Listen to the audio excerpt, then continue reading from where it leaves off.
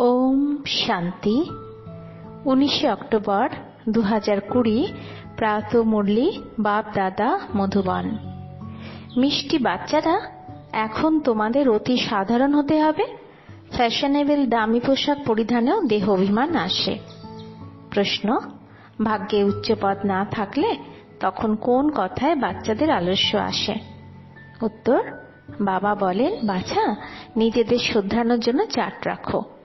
স্মরণের চার্ট রাখায় অনেক লাভ রয়েছে। নোট বই যেন সদা হাতে থাকে।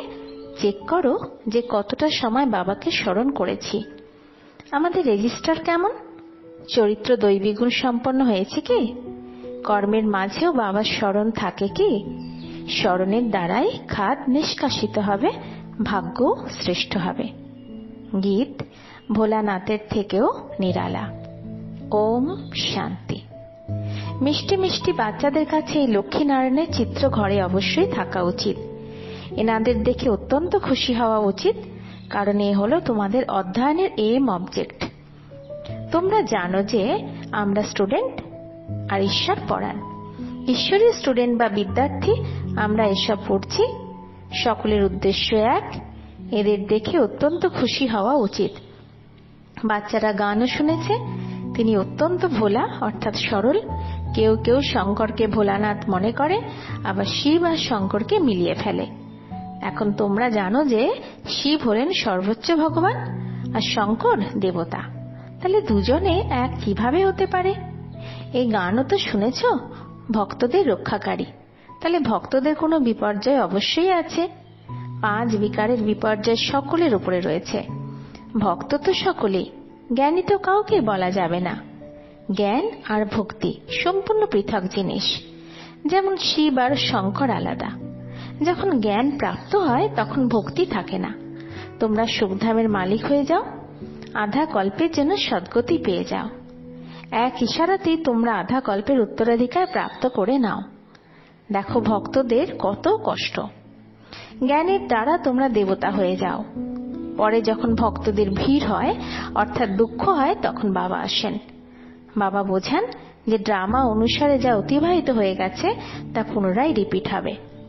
পুনরায় যখন ভক্তি শুরু হয় তখন বামমার্গ শুরু হয়, অর্থাৎ অপবিত্র হওয়ার পথ। সেখানেও প্রথম স্থানে রয়েছে কাম বিকার, যার জন্য বলা হয় কাম বিকারের উপর বিজয় প্রাপ্ত করলে তোমরা জগৎজিৎ হয়ে যাবে। ওরা কি কোনো বিজয় প্রাপ্ত করে? না, করে না। রাবণ রাজ্যে বিকার ব্যতীত কারোর শরীরের জন্ম হয় না। সত্য যুগে রাবণ রাজ্য হয় না। ওখানেও যদি রাবণ রাজ্য হতো তবে ভগবান রামরাজ্য স্থাপন করে কি আর এমন করেন? বাবাও তো কত আশা থাকে আমার বাচ্চারা যেন সুখী থাকে। লৌকিকে ধন একত্রিত করে বাচ্চাদের দিয়ে দেয় যাতে তারা সুখী থাকে, কিন্তু এখানে তো এমন হতে পারে না। এটা তো হলোই দুঃখের দুনিয়া। অসীম জগতের এই পিতা বলেন, তোমরা ওখানে জন্ম জন্মান্তর ধরে সুখ ভোগ করবে, অগাধ ধনসম্পত্তিও পেয়ে যাও। 21 জন্ম ওখানে কোনো দুঃখ থাকবে না, দেউলিয়া হবে না। এই কথাগুলো বুদ্ধিতে রেখে অন্তরে অত্যন্ত খুশি থাকা উচিত। তোমাদের জ্ঞান এবং যোগ সম্পূর্ণ গুপ্ত। স্থূল অস্ত্র শস্ত্রাদি কিছু নেই। বাবা বোঝান, এই হলো জ্ঞানের তলোয়ার। অজ্ঞানীরা আবার স্থূল অস্ত্র শস্ত্রের প্রতীক চিহ্ন দেবীদের দিয়েছে। যারা শাস্ত্রাদি পড়ে তারা কখনো এমন ভাবে বলে না যে এই হলো জ্ঞান তলোয়ার বা এই হলো জ্ঞান খড়গ। এই কথা অসীম জগতের পিতায় বসে বোঝান। তারা মনে করে যে শক্তি সেনারাই বিজয় লাভ করেছে, তাহলে অবশ্যই কোনো অস্ত্র শস্ত্রাদি আছে। বাবা এসে এইসব ভুল ভ্রান্তিগুলোই বলে দেন। তোমাদের এসব কথা অনেক মানুষ শুনবে। বিদ্যজনেরাও একদিন আসবে। তিনি তো অসীম জগতের পিতা, তাই না? বাচ্চারা, শ্রীমত অনুসারে চলার মধ্যেই কিন্তু তোমাদের কল্যাণ নিহিত। কারণ তবেই দেহ অভিমান ছিন্ন হবে। তাই ধনশালীরা আসে না। বাবা বলেন, দেহ অভিমান পরিত্যাগ করো। ভালো ভালো পোশাকাদিরও নেশা থাকে। তোমরা তো এখন বনবাসী রয়েছ, তাই না? তোমরা এখন যাবে শ্বশুর বাড়ি। ওখানে তোমাদের প্রচুর অলঙ্কারাদি পরানো হবে। দামি দামি পোশাক পরবে না। বাবা বলেন, অতি সাধারণ ভাবে থাকতে হবে। যেমন কর্ম আমি করি, বাচ্চাদেরও তেমন সাধারণ ভাবে থাকতে হবে। তা না হলে দেহ অভিমান চলে আসে। দেহ অভিমান সবকিছুর অনেক ক্ষতি করে দেয়। তোমরা জানো আমরা শ্বশুর বাড়িতে যাচ্ছি, সেখানে আমরা প্রচুর অলংকার পাবো। এখানে তোমাদের অলংকারাদি পড়তে হবে না। আজকাল চুরি ডাকাতি কত হয়, রাস্তাতেই ডাকাত লুটমার করে সব নিয়ে নেয়। দিনে দিনে বিশৃঙ্খলতা ইত্যাদি অধিক মাত্রায় বৃদ্ধি পেতে থাকবে। সেই জন্য বাবা বলেন, নিজেকে আত্মা নিশ্চয় করে আমায় স্মরণ করো। দেহ অভিমানে এলে বাবাকে ভুলে যাবে। এই পরিশ্রম করার সময় এখনই পাওয়া যায়, পুনরায় কখনো ভক্তি মার্গে এরকম পরিশ্রম করা পারবে না। এখন তো তোমরা সঙ্গমে রয়েছ, তোমরা জানো বাবা আসেন পুরুষোত্তম সঙ্গম যুগে। লড়াই অবশ্যই হবে, প্রচুর পরিমাণে পরমাণু বোমা তৈরি করে। যতই মাথা চাপড়াও যে সব যেন বন্ধ হয়ে যায়, কিন্তু এমনটা হতে পারে না। ড্রামায় নির্ধারিত, বোঝালেও বোঝে না। মৃত্যু তো হতেই হবে, তা বন্ধ হবে কিভাবে? বোঝেও তবু বন্ধ করে না, কারণ ড্রামায় যে নির্ধারিত রয়েছে। যাদব আর কৌরবদের বিনাশ হবে। ইউরোপের অধিবাসীরা হলো যাদব, ওদের হলো সায়েন্সের অহংকার, যার দ্বারা বিনাশ হয়। পুনরায় বিজয় প্রাপ্ত করে সাইলেন্সের শক্তি। তোমাদের শান্ত স্বরূপে থাকা শেখানো হয়। বাবাকে স্মরণ করো। ডেথ সাইলেন্স অর্থাৎ মৃত্যুর ন্যায় নিস্তব্ধতা। আমরা আত্মারা শরীর থেকে পৃথক। শরীর ত্যাগ করার জন্য যেরকম আমরা পুরুষার্থ করি, তেমন ভাবে শরীর পরিত্যাগ করার জন্য আর কি কেউ পুরুষার্থ করে? সমগ্র দুনিয়া খুঁজে এসো। যদি কেউ বলে, হে আত্মা, এখন তোমায় শরীর ত্যাগ করে যেতে হবে, পবিত্র হও, তা না হলে পুনরায় সাজা ভোগ করতে হবে। সাজা ভোগ কে করে? আত্মা। সেই সময় সাক্ষাৎকার হয়, তোমরা এই এই পাপ করেছ, শাস্তি ভোগ করো। সেই সময় অনুভব হয় যেন জন্ম জন্মান্তরে যেন সাজা পায়। এত দুঃখ ভোগ করা, তাহলে সুখের ব্যালেন্স কি রইল? বাবা বলেন, এখন আর পাপ কর্ম করো না, নিজের রেজিস্টার রাখো। প্রত্যেক স্কুলে চাল চলনের রেজিস্টার রাখা হয়। শিক্ষামন্ত্রীও বলবে যে ভারতের ক্যারেক্টার ঠিক নয়, তাদের বলো আমরা এনাদের লক্ষ্মীনারায়ণের মতন আচার আচরণ শিখছি। এই লক্ষ্মীনারায়ণের চিত্র সদা সঙ্গে থাকা উচিত। এই হলো এম অবজেক্ট। আমরা এরকম হই। আমরা শ্রীমত অনুসারে এই আদি সনাতন দেবী দেবতা ধর্মের স্থাপনা করছি। এখানে চাল চলনেরই সংশোধন করা হয়। তোমাদের এখানে বিচার হয়। সব সেন্টারেই বাচ্চাদের কাছারি থাকা উচিত। রোজ বলো চার্ট রাখো, তবেই সংশোধন হবে। কারোর ভাগ্যে না থাকলে তখন অলস হয়ে পড়ে। চার্ট রাখা অত্যন্ত ভালো। তোমরা জানো আমরা এই 84 চক্রকে জানলেই চক্রবর্তী রাজা হয়ে যাব। কত সহজ আর পবিত্র হতে হবে। স্মরণে চার্ট রাখো, এতে তোমাদের অত্যন্ত লাভ আছে। নোটবুক না বের করলে বুঝবে যে বাবাকে স্মরণ করে না। নোটবুক সদা সঙ্গে রাখো, নিজের চার্ট দেখো কতখানি সময় বাবাকে স্মরণ করেছ। স্মরণ ব্যতীত জং পরিষ্কার হতে পারে না। জং সাফ করার জন্য কেরোসিন ঢালে, তাই না? কর্ম করতে করতেও বাবাকে স্মরণ করো, তবেই পুরুষার্থের ফল প্রাপ্ত হবে। পরিশ্রম আছে। এমনি এমনি কি কেউ মাথার মুকুট পরিয়ে দেবে? না, তা দেবে না। বাবা এত উচ্চ পদ দেন, কিছু পরিশ্রম তো করতেই হবে। এখানে তো হাত পা ইত্যাদি কিছু চালনা করার প্রয়োজনই নেই। পড়া তো অতি সহজ। বুদ্ধিতে রয়েছে শিব বাবার কাছ থেকে ব্রহ্মার দ্বারা আমরা এরকম হতে চলেছি। কোথাও গেলে ব্যাজ যেন পড়া থাকে। বলো বাস্তবে রাজ্য প্রতীক হলো এটা, অর্থাৎ কোর্ট অফ আর্মস। বোঝানোর জন্য রয়্যালিটি চাই, অতি মধুর ভাবে বোঝাতে হবে। কোর্ট অফ আর্মসের উপরে বোঝাতে হবে। প্রীত বুদ্ধি বিপরীত বুদ্ধি কাকে বলা হয়? তোমরা কি বাবাকে জানো? লৌকিক পিতাকে তো গড বলবে না। সে অসীম জগতের পিতায় পতিত পাবন সুখের সাগর। ওনার কাছ থেকে গভীর সুখ প্রাপ্ত হয়। যে সময় অজ্ঞানী ছিলাম তখন ভাবতাম সুখ মা বাবা দেন, তারা শ্বশুর বাড়ি পাঠিয়ে দেয়। এখন তোমাদের হলো অসীম জগতের শ্বশুর বাড়ি, ওটা হলো সসীম জগতের। লৌকিক মাতা পিতা 5-7 লক্ষ বা কোটি দেবে, আর বাবা তোমাদের নাম রেখেছেন পদ্মা পতম পতি বাচ্চা। ওখানে পয়সার কোনো কথা নেই, সবকিছু পাওয়া যায়। অত্যন্ত ভালো ভালো অট্টালিকা থাকে। জন্ম জন্মান্তরের জন্য তোমরা মহল পেয়ে যাও। সুদামার উদাহরণ, এক মুঠো চাল শুনেছে, তাই এখানে ওরা নিয়ে আসে। এখানে চাল কি শুধু শুধু খাবে? না, তা খাবে না। তাই তার সঙ্গে কিছু মশলাপাতিও নিয়ে আসে। কত ভালোবেসে নিয়ে আসে। বাবা আমাদের জন্ম জন্মান্তরের জন্য দেবেন, সেই জন্য তাকে বলা হয় দাতা। ভক্তি মার্গে তোমরা ঈশ্বরের উদ্দেশ্যে দান করো, তাই পরের জন্মে অল্প সময়ের জন্য তা প্রাপ্ত হয়।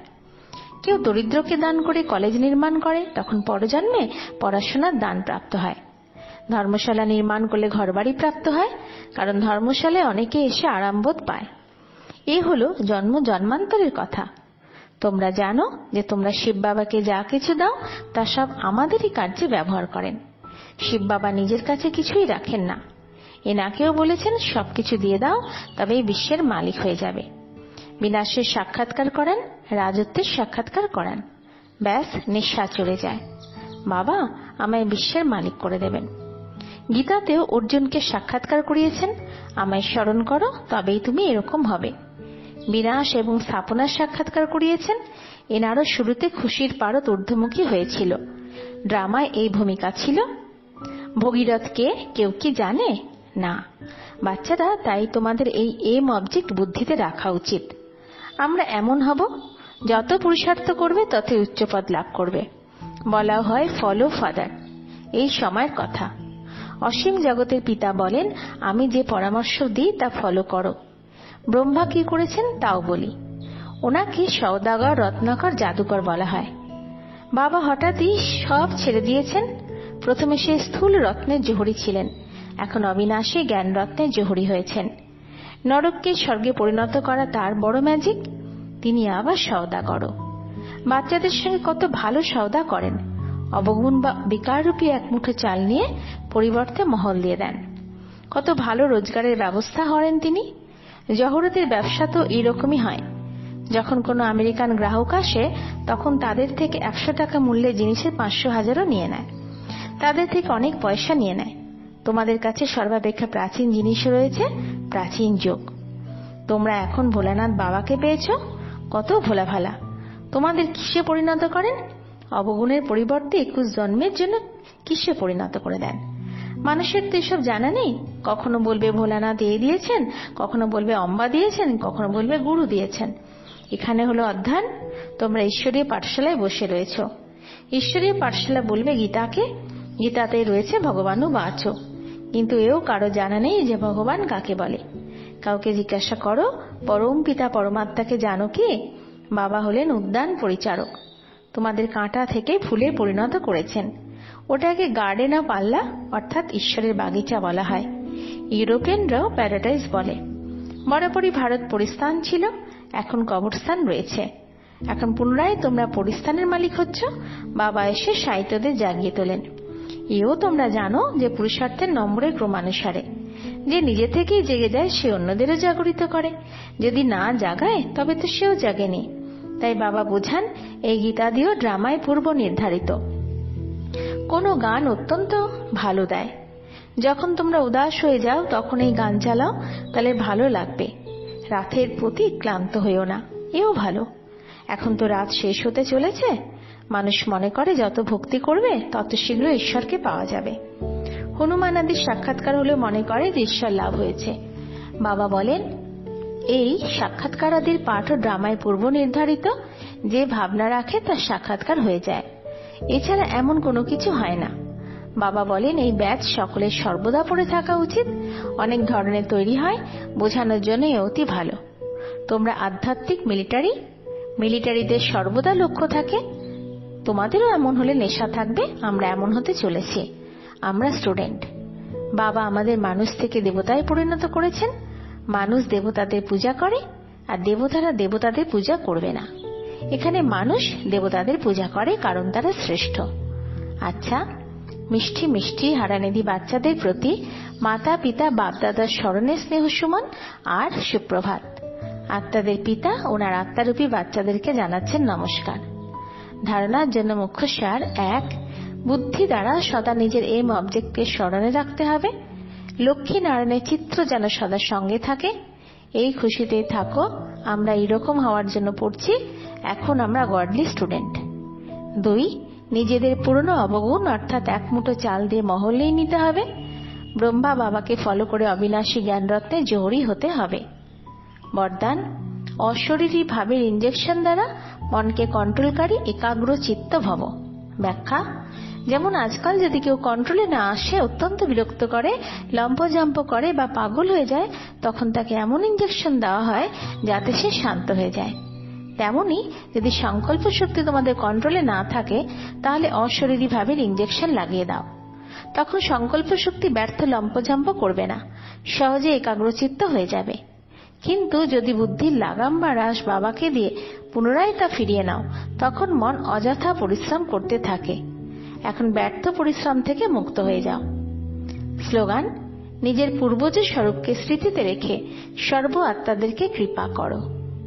ওম শান্তি।